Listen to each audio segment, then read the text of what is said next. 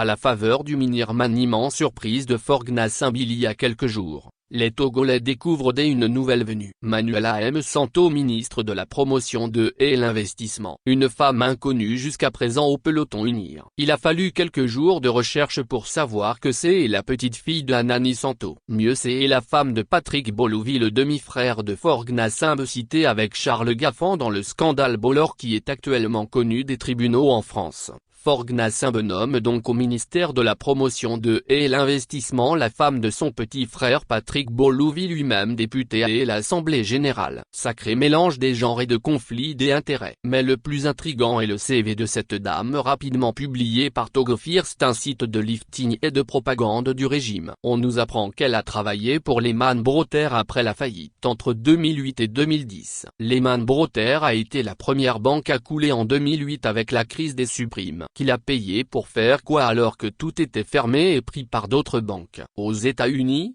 faillite c'est faillite. On n'en parle plus. Cette affaire d'avocat. Le personnel est licencié le même jour et c'est là elle arrive pour travailler, c'est bizarre. Sa page LinkedIn a été créée en 3 jours et le comble, la fameuse université de Long Island ne fait rien en finance mais en médecine, pharmacie et vétérinaire. Nulle part si le site de cette université il n'y a aucune filière de finance. Le comble, c'est qu'il a été omis délibérément une partie de son parcours sur son CV. Dame Manuela M. Santo est rentrée à Lomé depuis 2016 et a créé une société Togo Plaque dont la raison sociale suscite quelques interrogations. https://kfetogo.tg/annonce légale Togo. Enfin, toutes les sociétés dans lesquelles cette dame prétend avoir travaillé ont fait faillite. C'est facile aujourd'hui pour n'importe quelle dame ayant vécu aux USA ou en Europe de fabriquer de faux diplômes. Les services de renseignement au Togo ne se renseignent plus sur la véracité des diplômes. Voilà comment le pays est devenu un nid de faussaires, en commençant par les premiers responsables. Il ne reste qu'à souhaiter la bienvenue au club à Manuela M. Santo, un patriote excédé par la plutocratie.